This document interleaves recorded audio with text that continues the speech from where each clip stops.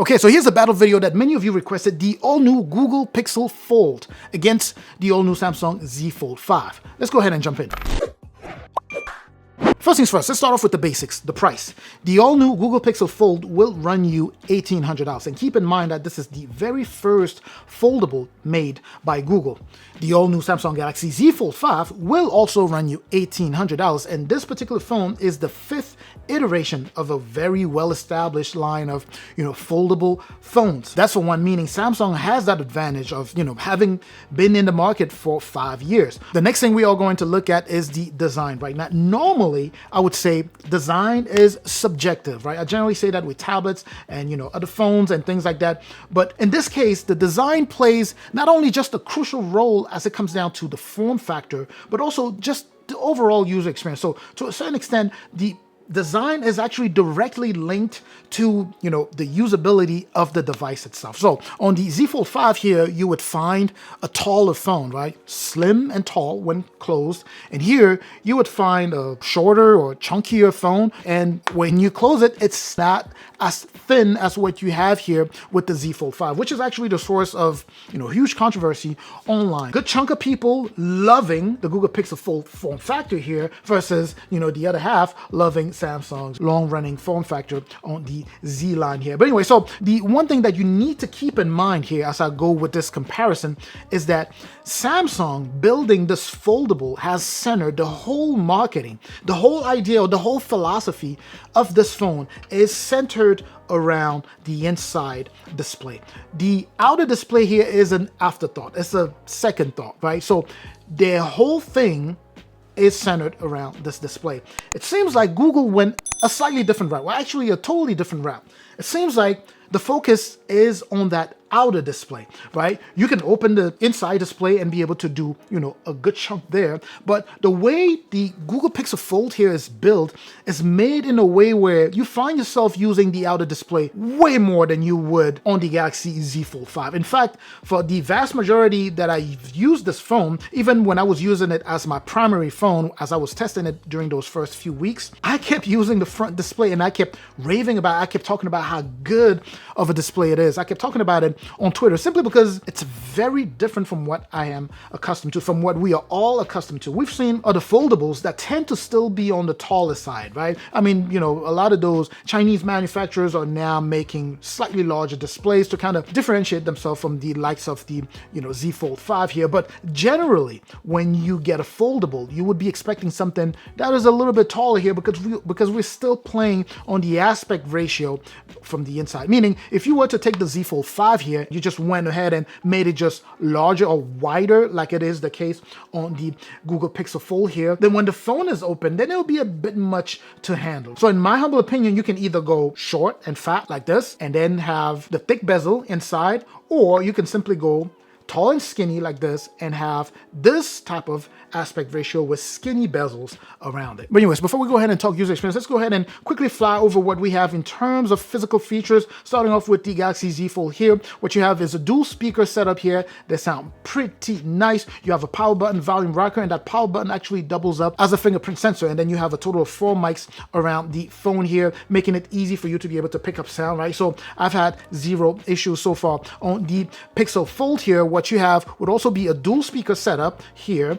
And the sound quality is also good, but it doesn't seem to be as good as what I have on the Z Fold 5 here, which, by the way, on the Z Fold 5, sound quality or these speakers are tuned by AKG. So definitely crisp sounding speakers, and the stereo speakers you have here are also good, but just not as good and not as loud as what you have on the Z Fold 5 here. And then of course you do have the power button, volume rocker. Also here, the power button doubles up also as a fingerprint scanner. And in my experience, they do unlock the phone at the same speed. I would say I can't seem to be able to say that one is faster than the other. Frankly, I'll just say about the same speed. Now, still sticking on the outside here in terms of, main cameras, I'm going to tell you flat out, I personally prefer the camera on the Pixel Fold here. It just seems to get, skin tone right, and it does stick closer to reality. And of course, as you may know, Pixel cameras are generally really, really good. The camera on the Z Fold 5 is also good, is also a flagship camera, just like it is the case with the Pixel Fold camera. But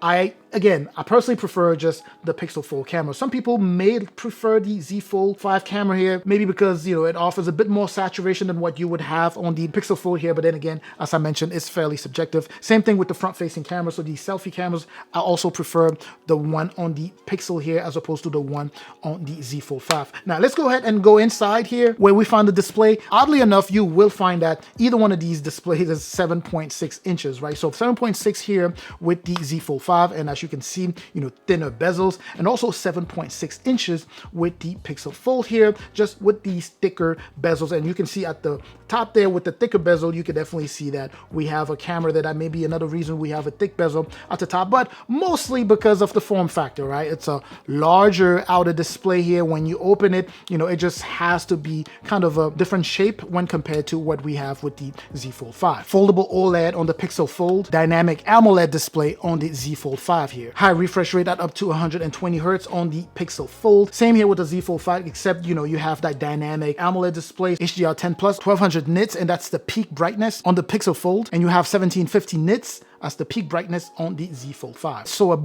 much brighter display on the Z Fold5. So overall better display on the Z Fold5. Scrolling just seems a bit smoother on the Z Fold5 here, at least in my humble experience, right, with that dynamic AMOLED. In terms of the resolution, they come pretty close at 373 on the Z Fold5 versus 378, I believe, on the Pixel Fold here. So when you can put them side by side, you can't really tell the difference in terms of, which one shows more pixels, but I can tell you that the overall display on the Z Fold5 just looks better depending on the type of pictures or movies that you watch, depending on the games. In terms of battery, I'm also getting better battery with the Z Fold5 as opposed to the Google Pixel here. When it comes out to charging, of course, charging is better on the Z Fold5. Faster charging, it lasts longer than on the Pixel Fold. Slower charging speed on the Pixel Fold here. Battery is 4400 milliamp hour on the Z Fold5, whereas on the Pixel here, you have 4821 milliamp hour. But as I mentioned, it just is better managed on the Z Fold5 here. The Tensor chip just doesn't seem to be able to handle it as well as the Snapdragon 8 Gen 2 here. In terms of user experience, hands down, the Z Fold5 is a better phone, right?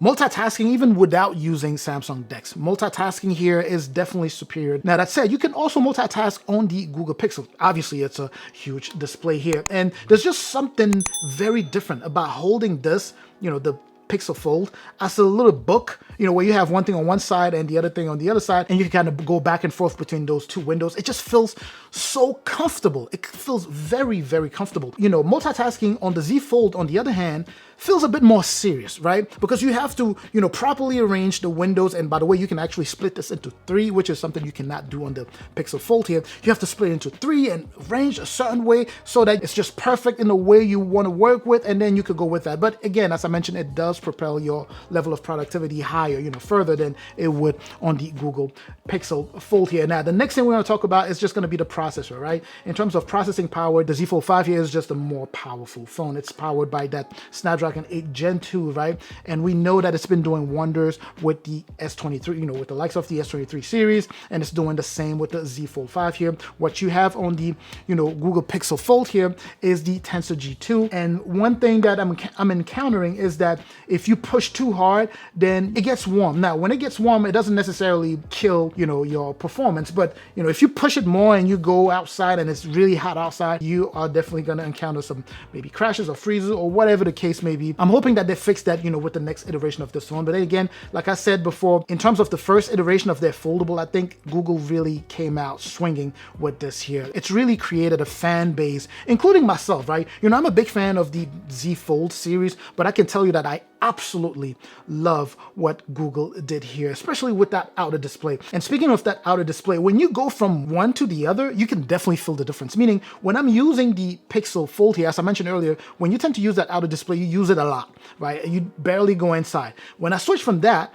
to the Z Fold5, it feels so odd trying to, make things work here, which, by the way, you could definitely use the front display, but because you're going from a wider display to just a taller display, it feels very weird, and there's kind of a, learning curve or some adjustment time there before you get used to the Z Fold5 here. So anything that requires, intense or high level of power, you're definitely going to see the Google Pixel here really get warm, or the Pixel Fold here get warm, as opposed to what you have with the Snapdragon 8 Gen 2 here, really powered through a lot of that stuff. stuff. You'll be able to do a lot with the Pixel Fold here, but you know, it will come at a cost, right? Performance might struggle a little bit when compared to this. It's still a flagship phone, obviously it'll still be better than a lot of regular phones out there, but you know, compared to the Z Fold 5, the Z Fold 5 is still definitely able to go ahead and power through all of that stuff. They both start off with 256 gigs base internal storage, 12 gigs of RAM on either one of these two phones. You cannot expand the internal storage on the Pixel Fold, and neither can you on the Z Fold 5. IPX rated, right? So water resistant on either one of these two. Support is also going to be longer on the Z Fold 5 here, 4 years major update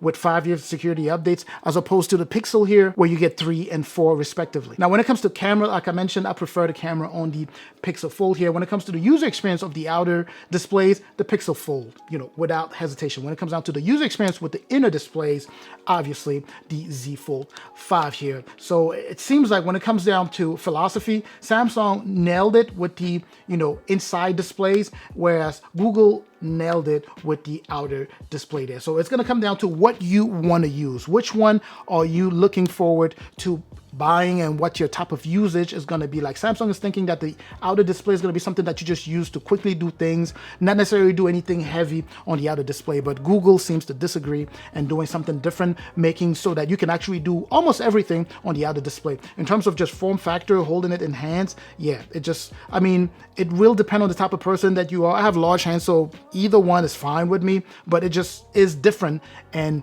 either one is good in its own way. So when it comes down to the one that I'm recommending, or which one should I recommend, or which one would I recommend, I'm going to say it depends on the type of person, right? If you're the type, you really are going after this philosophy that Samsung has where the foldable needs to be, you know, very centered on that inside display, then I would say go for the Z Fold 5. If you're looking for just an overall more established foldable, I would say go for the Z Fold 5. Now, if you're looking for a novelty, something that is new, something that's bringing something different from what we've seen before with foldables, I'd say go for the Pixel Fold here. The outer display here is really a game changer. It makes companies like Samsung think twice about that outer display and maybe see what they can do here. Also, the Z Fold 5 here does support a stylus, as opposed to the Pixel that does not. So you do have a stylus that you can use with the Z Fold 5, and it can actually enhance, you know, your productivity. Again, it's something that I would love to see with the next iteration of the Pixel Fold here. And I'm pretty sure they will, because these foldables are trying to, you know, become your regular phone. So I'm pretty sure they will add that eventually. So that's just my take. Let me know what your take is on either one of these two. I would love to get that back and forth going with you in the comment section. Don't forget to like, of course. Subscribe if you haven't done so. Share this video if you know anyone who will be interested. And as I mentioned, subscribe. I'm going to catch you in the next video. Up until that next video, of course, as always, stay safe out there.